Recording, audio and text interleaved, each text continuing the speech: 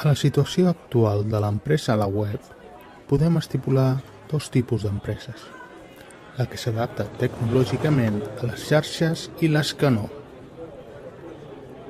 En quant a les inversions econòmiques de l'empresa, podem destacar que els departaments d'informàtica no només entren a treballar programadors i gestionadors de sistemes, sinó que ara s'està destacant el mass media controlling amb personal provinent del periodisme i comunicació audiovisual. Per tant, és més ampli el ventall de creatius i comunicadors a aquests departaments.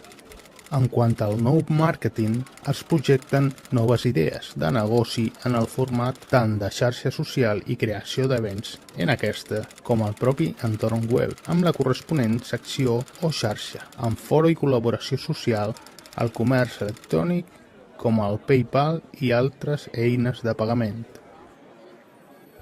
El desenvolupament de les xarxes molt sovint es contracta a empreses consultores del món social media, amb l'orientació específica que això comporta i amb diferents connexions entre aquestes empreses, distribuïdes segons el tipus i modus de funcionament. Per tant, es tracta d'identificar les necessitats i objectius necessaris perquè el client final estigui envoltat en una bona direcció de negoci, en quant a les xarxes es refereix. Els primers reptes a assolir a l'empresa i les primeres fites a les xarxes socials són l'integració d'idees creatives i noves a les reunions del Consell Directiu i reglamentar, per tant, el seu funcionament. A l'ordre de reunions i adaptacions de la innovació de nous punts de treball a les xarxes s'ha de preveure i organitzar amb el manteniment dels continguts i esdeveniments.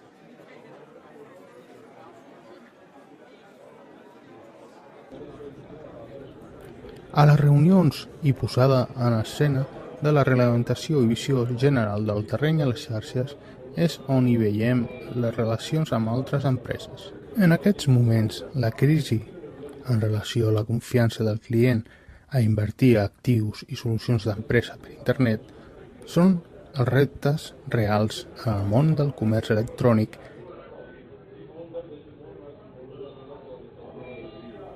A partir d'ara apareixen noves eines aconseguides al màrqueting internacional i l'exploració exterior cap a diferents mercats i enllaços a xarxes estrangeres.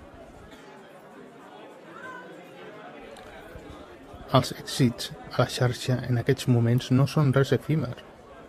Més aviat és l'única solució en quant a un futur de negoci que engloba més enllà del sistema clàssic d'empresa.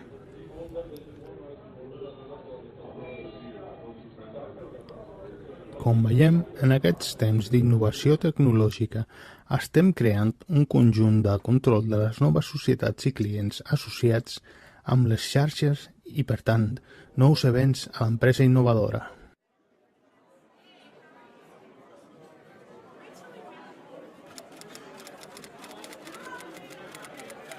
Per últim, veiem que tot torna a la seva normalitat, amb l'adaptació de les noves fites tecnològiques a l'empresa tradicional, l'englobament real i els resultats queden plasmats per la renovació de totes les empreses a un àmbit global.